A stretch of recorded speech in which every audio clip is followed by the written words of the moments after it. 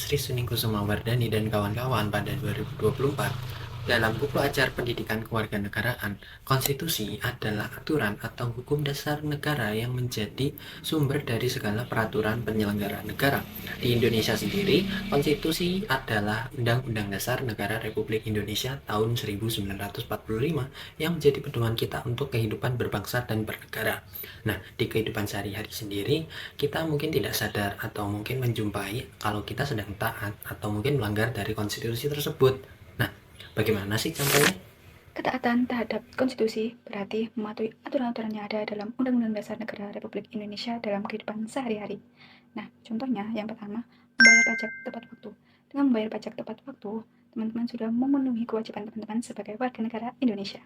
Lalu contoh yang kedua adalah mengikuti dan menjalankan hak demokrasi. Dan contoh yang terakhir adalah mematuhi aturan lalu lintas untuk menjaga ketertiban umum. Sebaliknya, pelanggaran terhadap konstitusi dapat terjadi ketika aturan dasar negara tidak dijalankan atau disalahgunakan. Contoh dari pelanggaran sendiri yang pertama adalah korupsi, yang berarti melanggar hukum dan merugikan negara.